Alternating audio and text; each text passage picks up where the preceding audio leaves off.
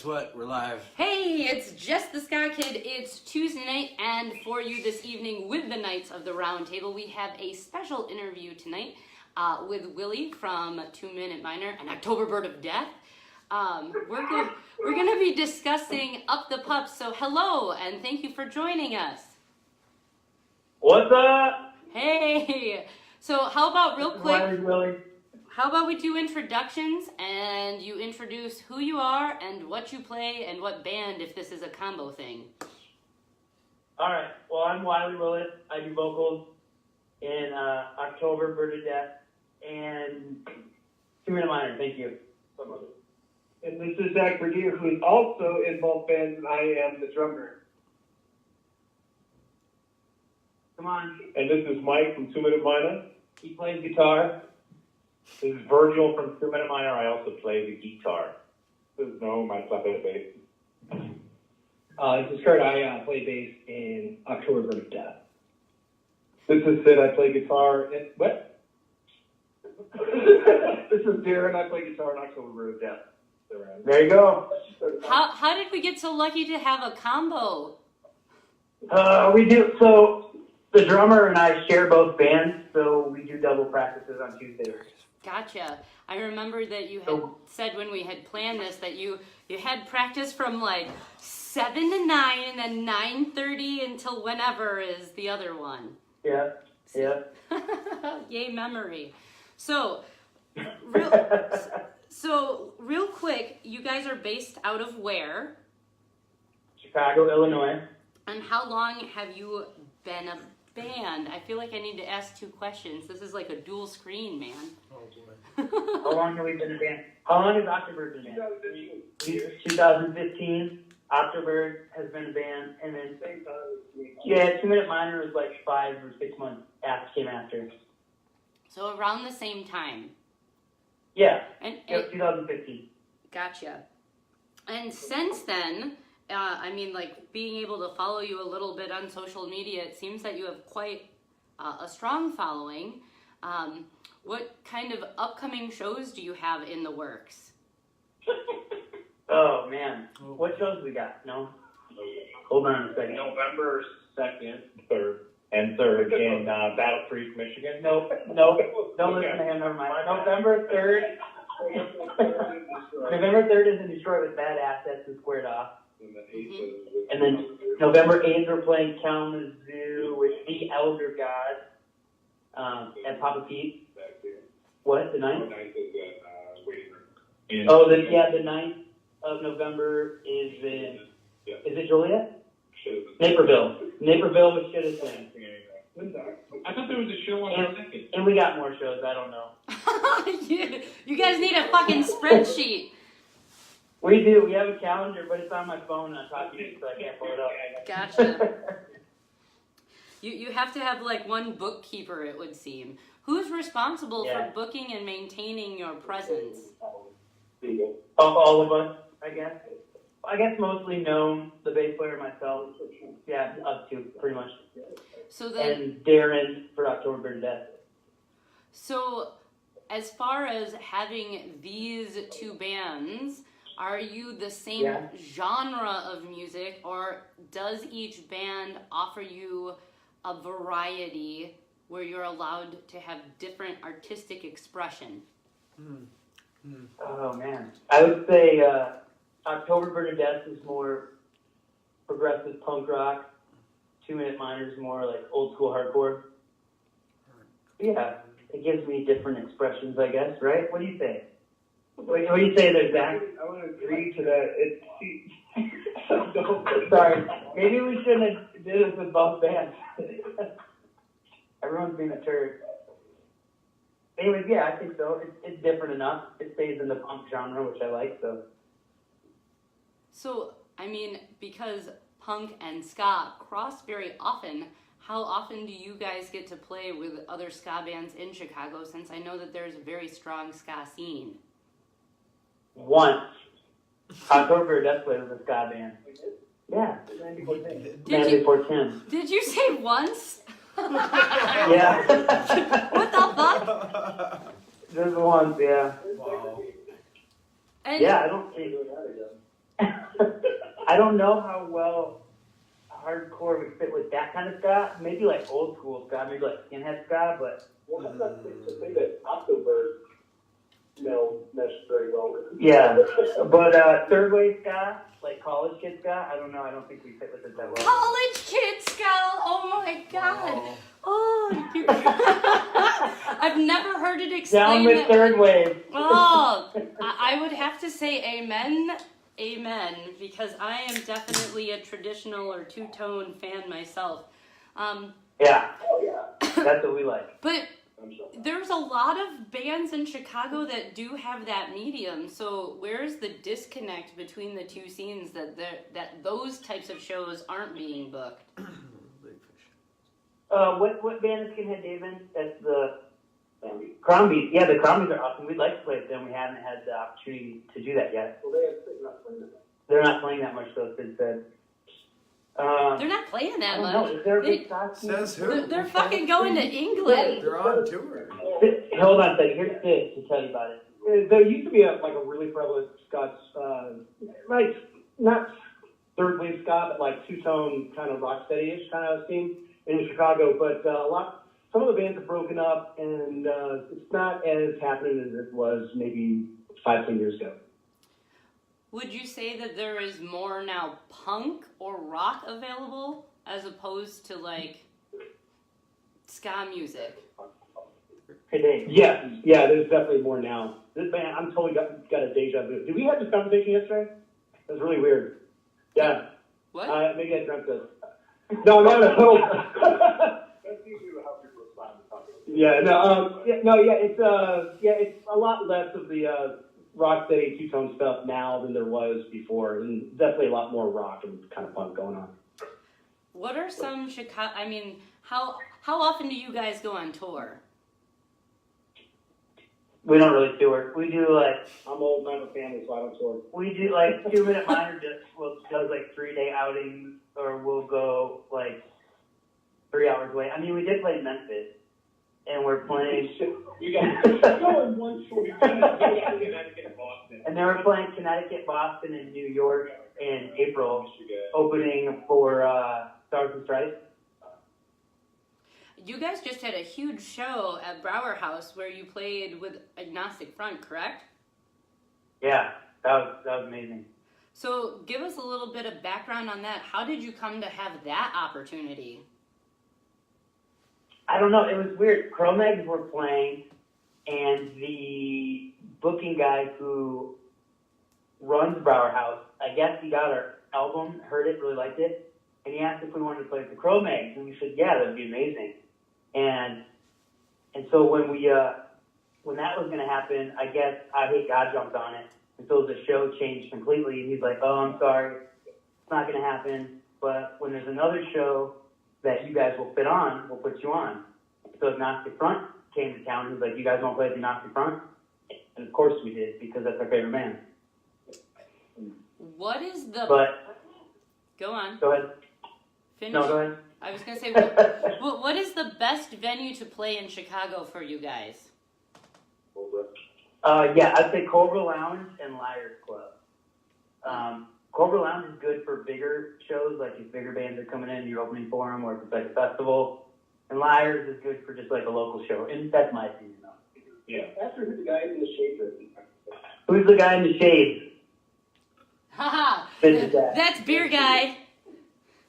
That's Beer Guy? Yeah. What, dude? So this is our crew. Give Let's points. see. Wait, have you guys? Oh, hey, what's up? I can see you. That's Kip. This is Beer What's Guy. up, brother? That's Beer You got Guy. the shop? Yeah. So Loving it. Kip is our artist, and so actually Bad Assets. Ralph is in that band, but he's also in a band called Stacked Deck, and their artwork Kip did. Oh, yeah, I know them. We're playing with them, man. Oh, I lost volume. Yeah, you guys are on a flyer with the art that Kif made for that band. So Stacked Deck's little Stacked Deck is what Kif did. So we're trying to be Why is all your signage behind you guys written backwards? Is it like an ambulance? okay. Here, So, Because Facebook Live does everything backwards. right, because what I like to do is have the camera face me, A, so that I can see how ridiculous I'm being, and B, read the comments that come across the screen. If it faced the other way so that it made sense for your viewing pleasure, then I wouldn't be able to interact with the live fan base. There you go. She gave you an in-depth Yeah, description. no, I appreciate that. Now I feel dumb. And He said he appreciates it. And if you want to see it better and in higher quality and more professional, you can subscribe to our YouTube channel and watch all the fun edits that get put in there. Because we do have a Look at fourth that. member, but he's called the Phantom of the Ska Kid, and he does all of our editing. There you go. We also have a website. Love it. Yay, that you can read backwards. We're trying to, like, I guess, expand people's brains. Yay, thanks for asking questions. Yeah. But what leads me to you guys today is that I was seeing tons of stuff, for your band, because there seemed like there was new album stuff for 2minuteminor, and then we had Action Boy on here months ago, and they were talking about how they love to play with October Bird of Death. No. So then I kind of followed up and followed you guys, and then you did Up the Pups. And there was a bunch of other bands that were on that compilation that we were like, oh, we know them. So I want to talk about Up the Pups and how that comes to be, and what is that, and you know, your mission behind that. So talk about that. Okay, so basically, this dog shelter for our friends is from New York, and my fiance's sister got her pit bull Lily from this no-kill shelter, and Lily and I became best friends, and we helped Liza, which is my fiance's sister, raise money for this shelter because they need help fund-wise. And so we decided, well, we're going to help a little bit. We're going to have the hardcore punk and oi scene kind of give back. And we're going to do a compilation. We're going to make some shirts. And all the funds that we raise from the Up the Pups, we're going to give directly for our friends, Dog Rescue. Awesome. And the name of the dog rescue is what? What's that? What's the name of the dog rescue? For our friends, Dog Rescue? Did you say for our friends? Yep. And you said they're based out of New York? Yes, correct. And they are a no-kill pity shelter? No-kill shelter for dogs and cats. Awesome. So how long has this idea been in the making, from inception, as far as I have this idea, to we made an album and gathered the bands, to merch, to now? I would say a few months. When did you start working on this? He Go ahead. said last week. What's that? When did you start working on this? Around August. How did you collect the other bands that are on this compilation to... Oh, that's very simple. They're all bands that we've played with, and all bands, that our bands played with, and that I actually listen to, like, on a weekly basis. So it's all of my favorite bands, no joke. Who recorded this compilation? It's all different bands, and our drummer just mastered it for the compilation. Awesome. So, Like different bands submitted different tracks. good. That was going to be my next question. Yeah, a few bands wrote some songs just for the comp, or had songs that they haven't put up yet that they put on there. Very neat. So I've seen tons of merchandise that's available as well as the comps. So do you want to go through what is available for purchase? Yeah, we have a zip-up hoodie, which how much is that? 20. we have a zip-up hoodie that we're doing with a front and a back. I think that's 20. That's 20. And then we have a pullover hoodie, front and back. I think that's 18. Then we have a long sleeve, front and back. That's $12. It's a regular T-shirt, front and back, 10. And then we have a dog hoodie. How much is it? For 15.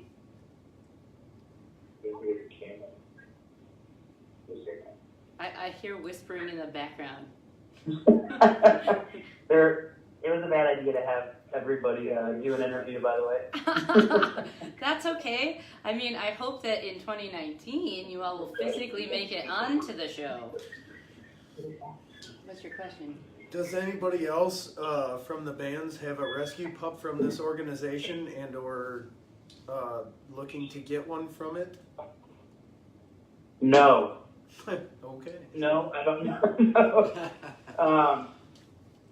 My fiance and I are actually probably going to get a rescue pup from that shelter. We've actually been looking, but we have to move. Like, so when our lease is up, we're thinking about moving to a different place in Chicago so we can actually have a dog. Gotcha. It's hard in Chicago sometimes, Those bully especially breeds are not where we live, to have animals. Right. It would almost behoove you if you wanted a dog to move to the suburbs? Yes. No, I would never move to the suburbs.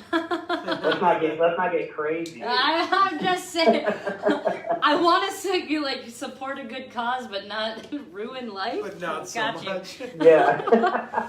So, do you think? Exactly. Is this the first time that you've ever done something like this, a charitable cause where you've rallied other bands to actually create a compilation and raise money for something?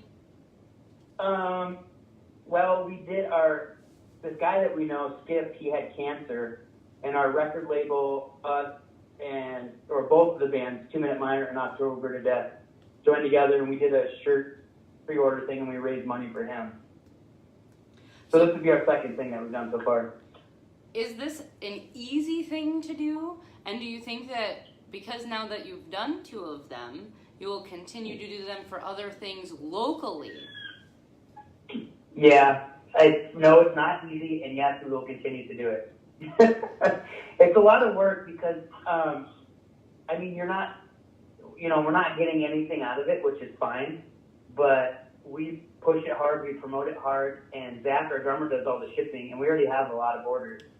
And usually when we do pre-orders like this, we tend to get a lot, and we have to package all of them, and it takes more time than you think. Oh, we ship merch. No, yeah. We know. Yeah. So it's, but it's worth it. It's worth helping out dogs, helping out people. I think it is. So all of this money raised is going to help this organization with what? Being able to continue to maintain? Is it going specifically for like vet bills or anything? Yeah, to help if the dogs get shot, feed them. Like, they're not really funded, so they ask for help. Gotcha. So we try to help. We're trying to help as much as we can. They're a non-profit then, correct? Yeah. Yep. So then, how many orders do you think you already have? At least 70. Well, I know we have a little over 70 orders, but I think we have people at least ordered like 3 or 4 things in order. So the pre-order, that is November 1st, right? That's the cutoff? That's the cutoff, yeah. We'll still be selling any leftover comps that we have, and all that money goes to the shelter, and everything that we've made on Bandcamp goes directly to their PayPal. We already have that hooked up. That's very neat. So then, whoever is listening, if they wanted to purchase something, they would go where to find it? They would go to our Facebook page or our Big Cartel. 2minuteminor Facebook or 2minuteminor Big Cartel. Gotcha. And they can find the comp on Bandcamp. Yeah. Yep. upthepups.bandcamp.com. Do you hear that? Upthepups.bandcamp.com. And so it was really you guys heading all of this. As far as like the other bands, did you ask those people that were on this compilation to help push it as hard as you? Is that an easy thing to get people to buy into or a difficult thing? We did not ask them. We were just blessed that they would give us one of their songs to use. Yeah? Yeah, I mean, this is our passion, so I think to ask someone to push it is, I don't know, I feel weird about that, but if they feel inclined to, that's fine. But I was just happy that all these great bands that I actually really listen to and really like let us use one of their songs. That was huge for me. Have you played with all of the bands that are on this compilation? Let me look. I have it in front of me. Almost all of them. A couple of them haven't played shows yet. Gotcha. A couple of them are new. Yeah, there is somebody that is on that comp that started following us that I wasn't familiar with, and I can't remember their name. God damn it. Oh, something Royal. Oh, Battle Royale. There you go. Yep. Yeah, we're gonna be playing with them. They're a brand new band. It's Thought so. some of the guys from Crime Spree. It's their new band. I thought so. So the only two bands that we haven't played with is that band and Ugly Bones. Ugly Bones. Oh. But we are going to be doing a Up the Pups charity show in February. Ooh. And we're reaching out. We reached out to all the Chicago bands to play it. So that would be very cool. So for those who are watching and paying attention, do you want to give an overview of who is on this album? This compilation? Sure. Yeah, we have us, 2minuteminor, Antagonizers, Anvil Strike, Bad Assets, Bare Knuckle Hooligans, Battle Royale, Bricktop, Crime Free, Crosscheck, Decline, Disappear, Dog Company, Dogs in the Fight, Down to This, Drink and Destroy Crew, The Hanging Judge, Hex Bombs, The Cruiser Sonata, Mystery Actions, Negro Terror, October Bird of Death, Citizen, Shots Fired, Some Kind of Nightmare, Squared Off, Through and Through, Thug Riot, Turbo Vamp, Ugly Bones, and that's it. Very cool. But Bad Assets is the best band on this comp, by the way. Why do you think that? Because you have a number sitting right there in the interview. I wanted to just ask. It's a good question. If you make bold statements, prepare for follow-up questions. We do I really like all of these bands and listen to all these bands. Two Bad Assets shirts. Did you hear that? I got two Bad Assets shirts. I love them. That was known. I was introduced to them when I started doing like this. I used to do this on radio on FM, and they had found me on Facebook and they sent me their stuff. It was like 9 o'clock at night, and I was checking my mail from like coming home from the station, and I had this giant package, and they fucking sent me their album and stickers and all sorts of stuff in a handwritten letter, and I was like, these guys are great. So since then, we've, worked pretty closely, even though they're in Detroit, helping as far as like promoting them, their shows and things like that. So I do have to say that I like the camaraderie and friendship that has developed, I think, within that scene. I really enjoy, I love ska, and out of ska came hardcore and a lot of the boots and straps stuff and sharp, community, and they all kind of want to rally together as an actual community and do things, which is why I wanted to have you on and talk about this stuff. So I do thank you for doing so. As far Yeah, well, we actually realized that like what you just said, like the OA, the hardcore, and the punk scene, they all came together and wanted to help. So yeah, we think that's great. Do you think that,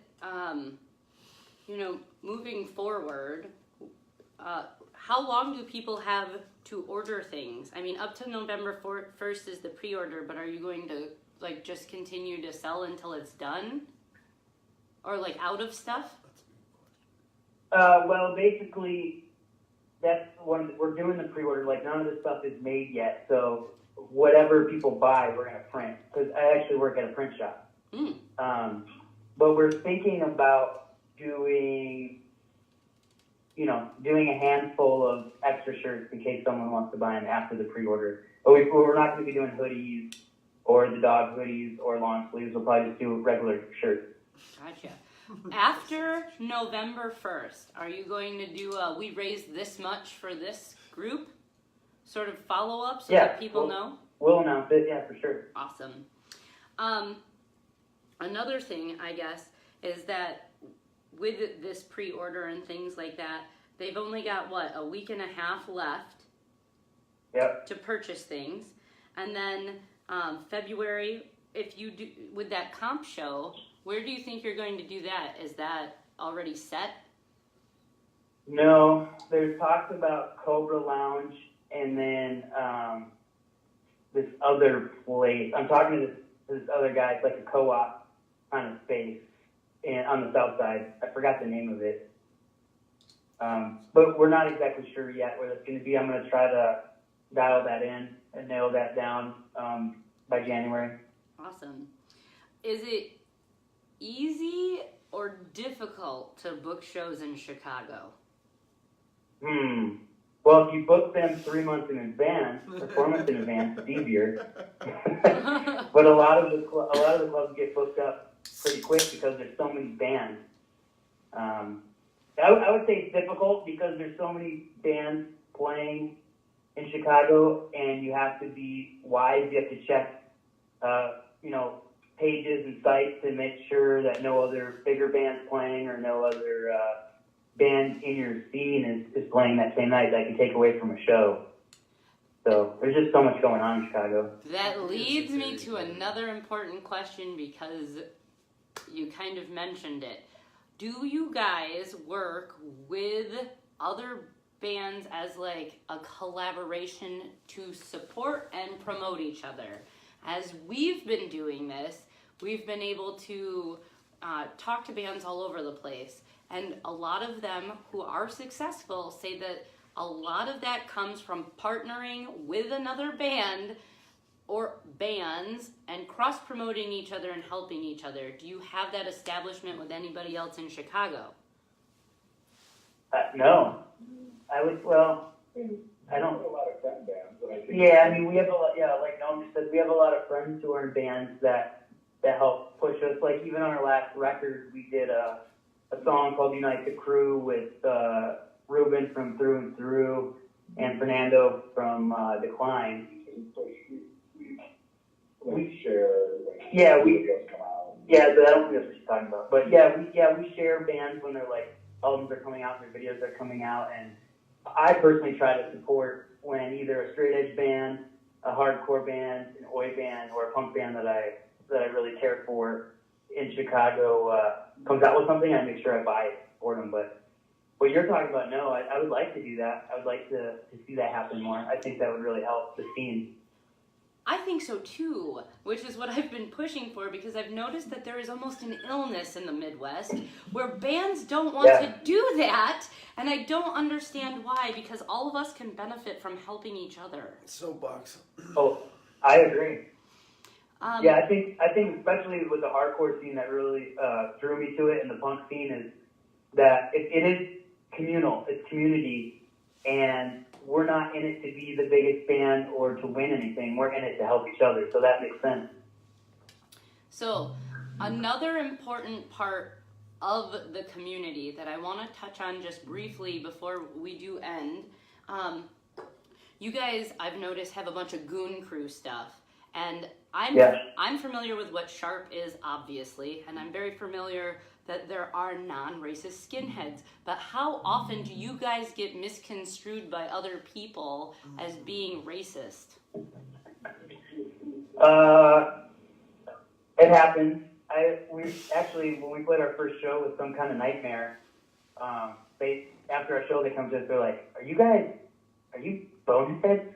We're like, what? No. They're like, oh, okay, because our guitar player thought you said, what did they think? White is right. Oh, white is right. And I was like, what? No, we didn't say that. We never say that. Oh. And she's like, I went and picked up your CD and looked at the back, and you were wearing a Bad Brains patch on your jacket, so I figured you guys weren't racist. How often is that an issue? More online, I would say, and more people not understanding what skinhead really means. So, since I don't think we really... Oh, boy. Go ahead. I was going to say, since I have you on the phone, let's talk about that, because it's important, because I've very much tried to educate people on what that is, because I was very young in the 90s, and my whole family is a hodgepodge of color orientation, etc. And in the 90s in Kenosha, when you had, I would say, that third wave revival, there was a huge influx of racist skinheads. And so when I got into ska as a teenager, my mom was like, you can't have friends that are skinheads. I'm like, whoa, hold up. Let's talk about the history of what that means. And since I have a hardcore / oi band on the phone, let's talk about what that is. So why do you identify as a skinhead, and what does that mean to you? Okay. Well, as you probably know, there are many different types of skinheads.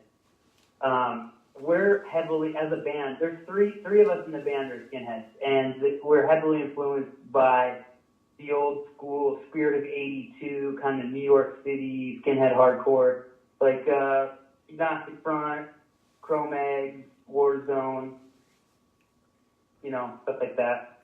I think we more identify with the hardcore skin kind of look, the hardcore skin kind of vibe. I don't know. I'm just completely drawn to it, and one of the reasons why we kind of started that sound is I remember I was talking with Mike, one of our guitar players, and he was like, man, when our generation kind of ends, no one's really going to know what old school hardcore is. Like when all those older bands, when they're too old where they can't play anymore, no one's really going to know live what old school hardcore is, because a lot of bands nowadays are doing newer school hardcore or, screamo or whatever you call it. I'm not hip to the lingo, but we call it shit. I said we call it shit. Move on. No. I'm a jerk. I'm allowed to be. So I was like, let's try to bring back that old sound and kind of mix it with oi a little bit, because we're heavily influenced by oi. So that's what we try to do. Sometimes we do great, sometimes we don't do so great, but we try. So, it's not radical to me, but I would say that you do look radical to other people that are ignorant as to what that is. What does skinhead mean to you? I would say it's about the music, it's about the culture, it's about the style. I'd say that's about it, really. I'd say it's pretty simple. I don't need to overcomplicate it. To me, it's about the culture, it's about the style, the way you dress, and the music, really. And what is kind of a way of life. What is that culture? The skinhead culture, like the working class. Because in Britain they were heavily influenced by the ska, by the Jamaican ska, and when the British working class went to make music, they kind of formed oi, and it was kind of their way of making music. It was more punk, because we're not, as a band, and we learned it because on our split that we're coming out with in February, we did a ska song, like an old school reggae two-tone kind of ska feel to the end of the song, and we were like, we're not very good at doing this. We should stick to hardcore. But we pulled it off. We brought in some of our friends who are pretty good at that style, and so it makes sense to me why these British kids in the 80s would start and do kind of like a punk oi working class kind of music, and that kind of transformed into that skinhead scene. And then in the later 80s and mid 80s, the skinhead hardcore started. So there's lots of different kinds of skinheads and different kinds of oi music. Is it offensive or heartbreaking when people think that you are a racist skinhead band? No, not anymore. At first, yes, but it happens so much. But I mean, if you listen to any of our music or look at any of our merch, you'd be like, that band is definitely not racist. So To So- educate people, because this is your platform, and I think it's important because of the political climate that is currently going on within our own, I don't know, nation, we'll say that. Sure. Place. How would you like to educate people? Why are you not racist, and what should people look for if they're trying to learn? Why am I not racist? No, like what makes your band not racist? If somebody blindly was trying to find you and they had the assumption that you were a racist band because they hear skinhead, they see oi, they see hardcore, you know, what imagery, like here's your platform, educate the people. What makes you not a racist skinhead band, and what should people look for to be able to dissimulate the difference?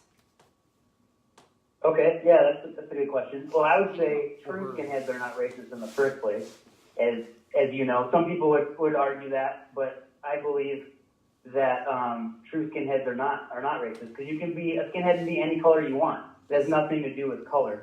And our music definitely stands for unity. If you listen to our music, if people listen to it, in the sense that it calls people to join together no matter what color they are. I mean, we're all here just sharing this earth together as people. So, to me, it blows my mind how anyone could judge someone by the color of their skin.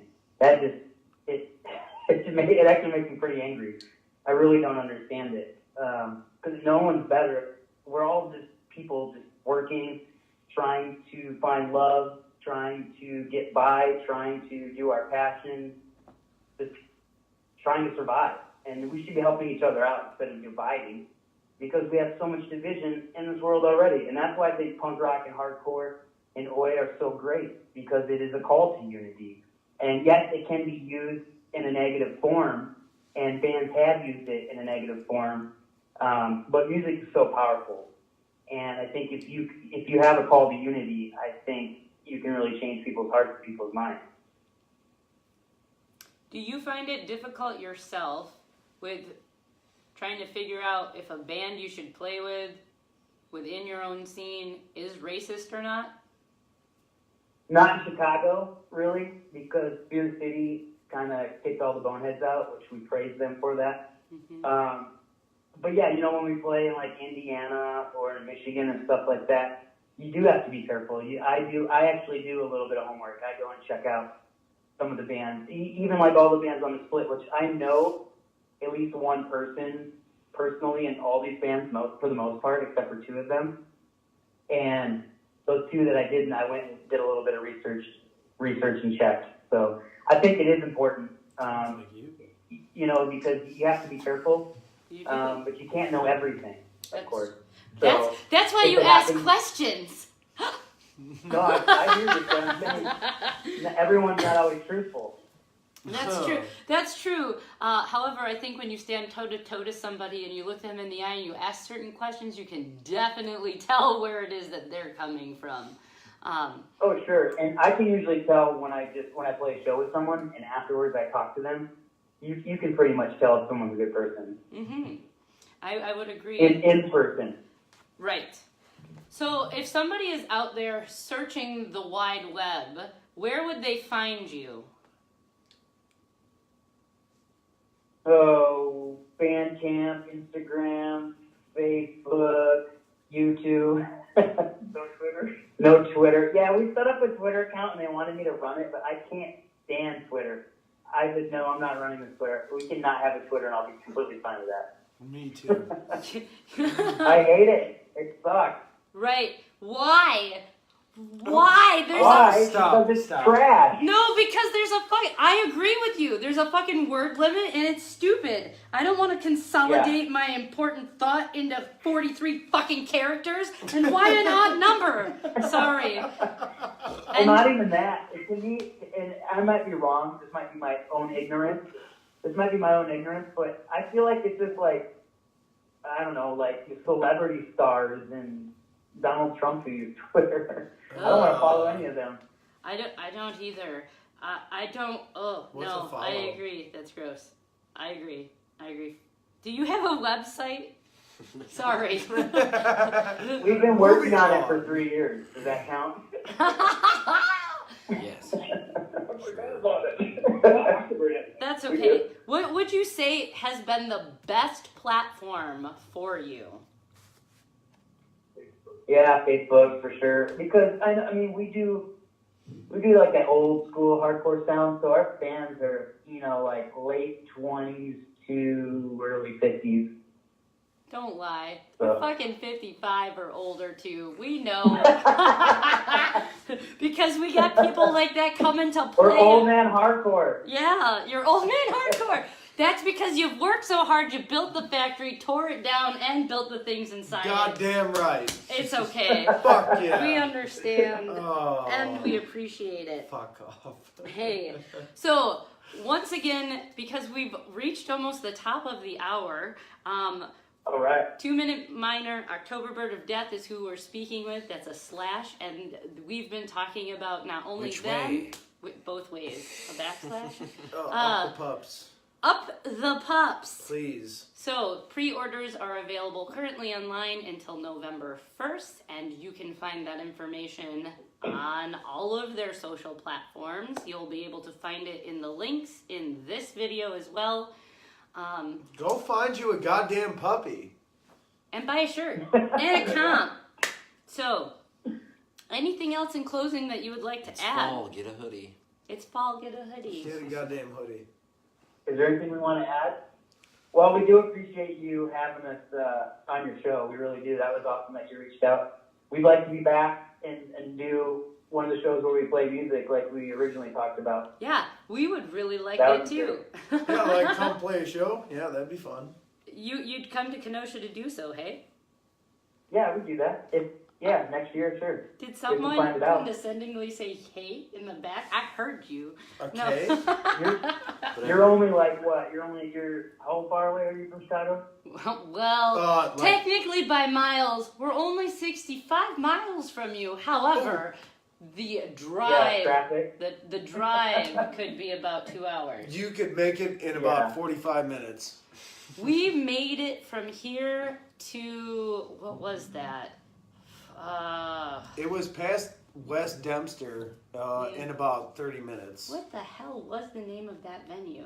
We made it in 45 fucking minutes. It was real quick because Mike flies. In Chicago? Yeah. Yes, sir. We went and saw Flip in the Combined Effort. They were a Texas ska band who came and played our basement while they were on tour. So. No more than an hour. You could be here in an So hour. I have a question for you. Yes, ask away. I like questions.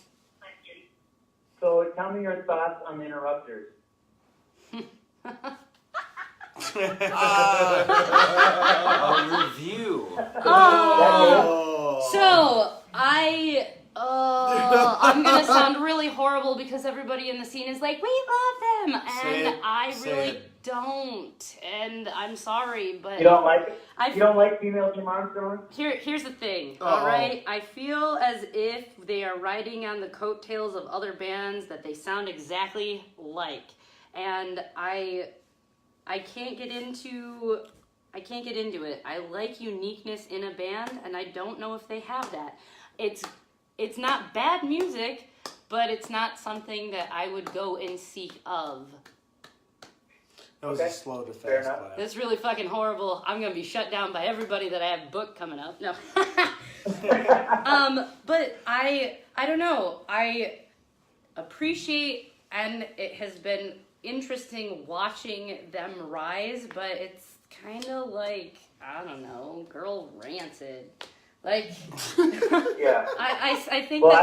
I will say I appreciated their first two albums, and the third one just seems very poppy to me. Yeah, like they're trying to break through because in a bad way. and I don't like that. That's my problem. Like, I appreciate underground music for a specific reason. It's because the people that are doing this kind of shit want to do it because it is the love and integrity of that art form.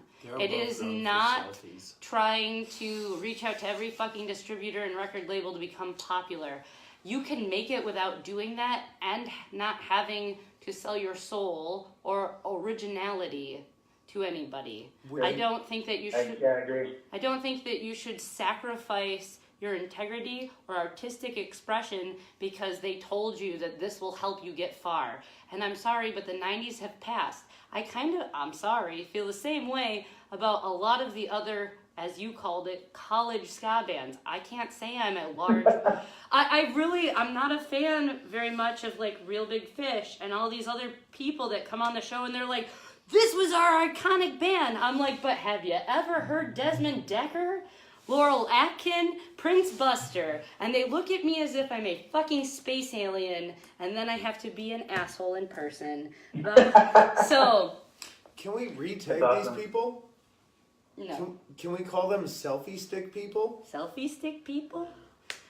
I mean, So that's my view, I guess. I like the the new era. I like the underground. I like people who want to stay to what they're doing and not feel that because they get picked up by someone large. I feel like that means too many hands are involved in that art form that shouldn't be touched. That's like if an artist gets signed by somebody and they're like, your art's good, but it's not that good, and I can make you better, so you need to draw like this. That's fucked up. Right. And that takes away any sort of originality or essence or love feeling that is in that art. So Yeah, see, we've had people reach out to us also and ask if we wanted to be, on a bigger label or their label, and we're like, no, we actually really like doing things DIY. Like, Zach and I pretty much do everything for this band. He does all of our tapes, our CD inserts, our vinyl inserts. We pretty much make everything as a band. I print t-shirts. We want to stay DIY because we can actually sell things for super cheap and still make good money. Right. Like we try to sell our shirts for $10. I know I see a lot of bands are selling. I would like to actually do it for cheaper if we could, but I see a lot of bands you go to shows they're selling for $15, $20. You're like, okay, why? But you got a gilded T-shirt that costs you, $2.50 with a one color print, which this shirt was $4. I'm sorry, my beer guy is the guy who does our shirts, and we have this conversation often. fuck yeah, dude. I print shirts too. That's exactly my argument. Like that shirt, Like this one. and like this shirt. And that one. Not So, what I'm wearing. Yeah, I'm it drives me crazy. Like we print on good shirts, or decent shirts at least. It's We hard would- to I think it's anything. hard to buy other people's like spirit wear for their bands and not look at it like as you printed it. Yeah. I think the problem has come, and I don't know if it's like I said, an illness in the Midwest, but there is a me, us against them, even if you're in a scene, which doesn't make sense to me. Because, again, if we all agree that we can do it ourselves and work with collaboration and partnership, then we all benefit. Oh, I completely agree. Okay, so we had this guy from Load 10 Productions come out and make our music video for Unite the Crew. And he also did a music video for Bystanders. And they contacted a bunch of people in the street they've seen here in Chicago and invited us out to just have they were playing a song or whatever to do a music video, but they were going to do it live as like a show. And they're like, it's going to take a few hours because we're going to have to do different takes and stuff like that. And when it was all said and done, when they finished it, I was talking to Ben, the guy from Low 10 Productions, and he was like, it was insane. All these people came out for free to do this music video for their friends in this scene. He's like, I have never seen that before. That was amazing. But dude, that's what hardcore is all about. It's about community. Right. And as long as we continue to make sure that that is what's happening, I think that we can all kind of benefit from that and be successful. Like, share, follow. Mm-hmm. Yeah, well, it all depends on your definition of success also, So, Our definition of success is putting out music and records that we love and that we like, and hopefully people buy them so we can keep making records. That's succeeding for us. mm-hmm. I want more people to just know about us so that they can have their friends come on this show and we can help with free promotion by doing this and letting the world know who the fuck you are. Yeah. So, I appreciate you taking the time this evening out of your band practice to talk with us, and I hope to have you come on the show in the upcoming year. Let's do it. Once again, and to wrap things up, we have been speaking with 2Minute Minor and October Bird of Death. They have a comp as well as various merch items available online. Up the Pups, they are raising money for, say it again. For our friends, Dog Rescue. For our friends, Dog Rescue. And pre-orders are up until November 1st. Make sure to get your shit now. Thank you very much. And we're going to take a short break, and then we're going to play some stuff off your comp. Awesome. Appreciate it. Thank you. Thank you. Kay? Thanks. Thank you. Bye. See you guys and girl next. Bye. Dear God, gal. Okay, bye. Bye. I said a few words, see you in a bit. Fuck you. Come on and listen to Jess. She got her show, it's the best. Come on.